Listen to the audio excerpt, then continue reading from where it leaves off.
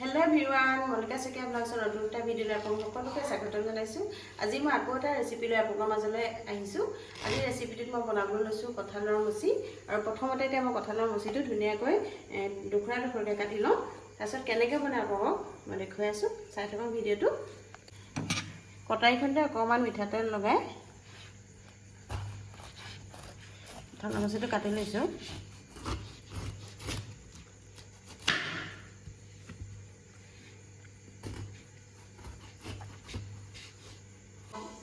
এতিয়া মই কঁঠালৰ মুচিখিনি এনেকৈ টুকুৰা টুকুৰকৈ কাটি লৈছোঁ। প্ৰেছাৰত বইল কৰি ল'ম, যিহেতু মানে বাকলিটো তেতিয়া মানে গুচাবলৈও সহজ হয় আৰু আঠাটো নালাগে হাতত। এতিয়া মই প্ৰেছাৰত সোমাই পেলাই বইল কৰি ল'ম। 3টামান চিটি দি ল'ম আৰু তাৰপিছতে বাকলিখিনি গুচাবলৈ ভাল হ'ব। 2টা আলু বইল কৰি লৈছোঁ, লগতে আলুকেইটাও দি দিছোঁ। এতিয়া 3টামান চিটি মাৰি পেলাই মই বইল কৰি লওঁ। কাটি লোৱা কঁঠালখিনি প্ৰেছাৰত বইল হ'বলৈ দি পেলাই আনফালে মই ভোট জলকীয়া অলপ আছিলে আচাৰ কৰোঁ বুলি ভাবিছোঁ, সেয়েহে মই এইখিনিও কাটি লওঁ।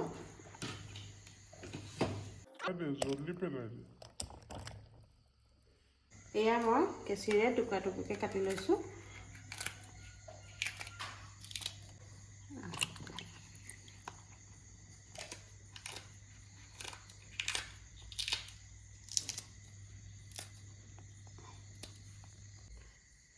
জলকীয়াখিনি এয়া কাটি মোৰ হৈ গৈছে, একদম কি ধুনীয়া গোন্ধাইছোঁ, খাওঁ খাওঁ লাগি যায় একদম গোন্ধটো পালে।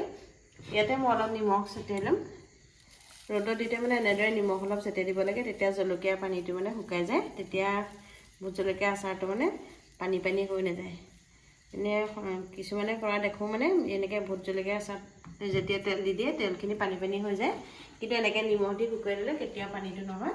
তেতিয়া মই এইখিনি ৰেডি কৰি দিলোঁ, কাইলৈ ৰ'দত দি দিম। আৰু ৰেচিপিটো বনাবৰ কাৰণে মই অলপমান ৰঙালাও কাটি লৈছোঁ। ৰঙালাও মানে এইবেলি প্ৰথম মই কঁঠালৰ মুচিৰ লগত বনাম আৰু খাবলৈও বহুত ভাল হয়, সেয়েহে কাটি কুটি লৈছোঁ। আৰু লগতে জালুকো লৈছোঁ অলপ, তাৰপিছতে এয়া মছলা আৰু তেজপাত, শুকান জলকীয়া আৰু আদা নহৰু, লগতে কটা পিঁয়াজ অলপ লৈ লৈছোঁ। এই সকলোখিনি যা যোগাৰ মই কৰি লৈছোঁ বনাবৰ কাৰণে। আনফালে এইখিনি ছজিনাৰ পাত ভাজি আমি সকলোৱে জানো ছজিনা মানে আমাৰ শৰীৰৰ কাৰণে বহুত, শৰীৰৰ ৰোগৰ কাৰণে বহুত উপকাৰী। আমি ছজিনা খাওঁৱেই, আৰু ছজিনা মানে গোটেই গছজোপা শিপালৈকে হেনো আমাৰ শৰীৰৰ বিভিন্ন ৰোগৰ কাম কৰে। কিন্তু আজি এই মোৰ পাতখিনি মানে ঘৰৰ নহয়, মই এইখিনি দিছেহে মোক অইনে, কিন্তু মই প্ৰথমবাৰৰ কাৰণে ভাজি খাম। খাবলৈনো বহুত ধুনীয়া, সেয়েহে ধুনীয়াকৈ ধুই লৈছোঁ আৰু এতিয়া ধুনীয়াকৈ সৰু সৰুকৈ কাটি ল'ম। আলু এটা দি পেলাই এইখিনিও ভাজিম। এয়া যোগাৰ কৰি লৈছোঁ। ছজিনা পাতখিনি এয়া মিহিকৈ মই কুটি ল'লোঁ, লগতে পিঁয়াজ এটাও কাটি থৈছোঁ। আৰু আনফালে মোৰ এয়া কঁঠালৰ মুচি বইল হৈ গ'ল, আৰু এনেকৈ বইল কৰি লৈ পেলাই এতিয়া ধুনীয়াকৈ মই বাকলিখিনি গুচাই ল'ম। এয়া চাওকচোন, একদম পটককৈ বাকলিটো গুচাই দিব পাৰি, হাততো আঠা নালাগে। আৰু বনাওঁতেও মানে বইল কৰি লোৱা হ'ল যে বেছি দেৰি নালাগে আৰু বনাওঁতেও। এতিয়া মই ধুনীয়াকৈ কুটি ল'ম জোখত।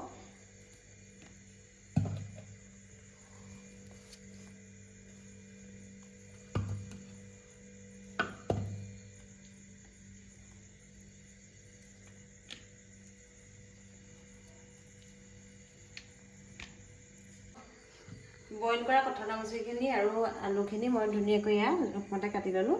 আৰু বইল কৰি লোৱাৰ কাৰণে মই বাকলিখিনি খুব সুন্দৰকৈ গুচাব পাৰিলোঁ। আৰু এতিয়া মই ইয়াত জোখমতে নিমখ, হালধি আৰু মছলাখিনি দি ল'ম।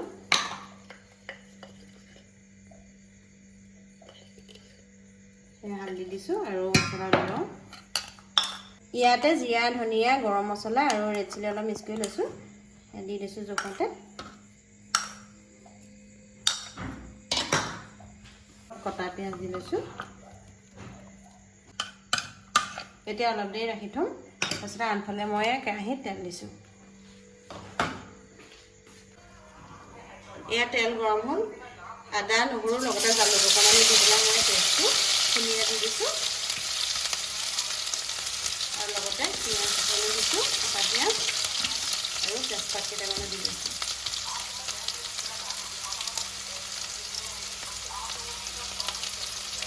এয়া শুকান জলকীয়া টুকুৰা দিছোঁ।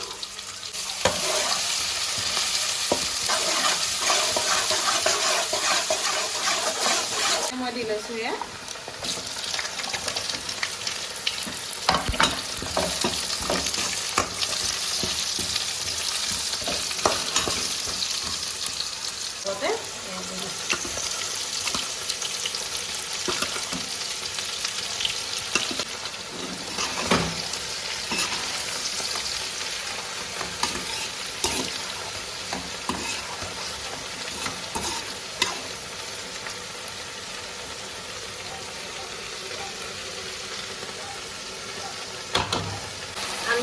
সজনা পাতখিনি ভাজি আছোঁ আৰু সিফালে এয়া গৰম মছলা দিছোঁ আৰু হ'বলৈ দিছোঁ।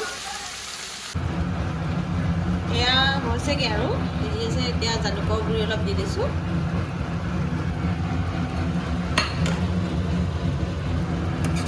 দি পেলাই আৰু অকণমান সিজাম আৰু হৈ যাব। এয়া হৈ গৈছে বনাই পেলাই। গোন্ধটো কিন্তু খুব ধুনীয়া আহিছে, কিন্তু খাবলৈ নাজানো আৰু কেনেকুৱা হয়, ভালেই হ'ব চাগে। এতিয়া গেছটো নমাই দিয়া হৈ গ'ল আৰু বাকী আপোনালোকক মই বাঢ়ি পেলাই দেখুৱাই দিম আৰু।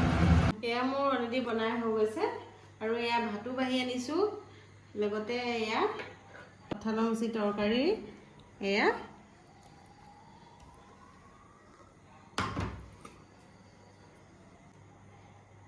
ইয়াৰ লগতে লৈ লৈছোঁ চজিনা পাতৰ ভাজি, এয়া চজিনা পাতৰ ভাজি আৰু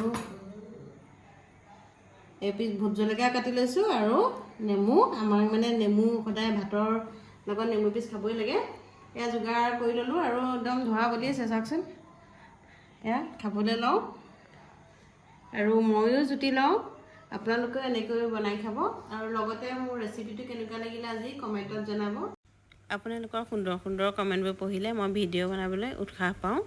মই নতুনকৈ ইউটিউবত ভিডিঅ' বনাবলৈ আৰম্ভ কৰিছোঁ, সেয়েহে আপোনালোকে মোৰ চেনেলটো সকলোৱে আদৰি ল'ব। লগতে মোৰ চেনেলটো লাইক, শ্বেয়াৰ, ছাবস্ক্ৰাইব কৰি দিব।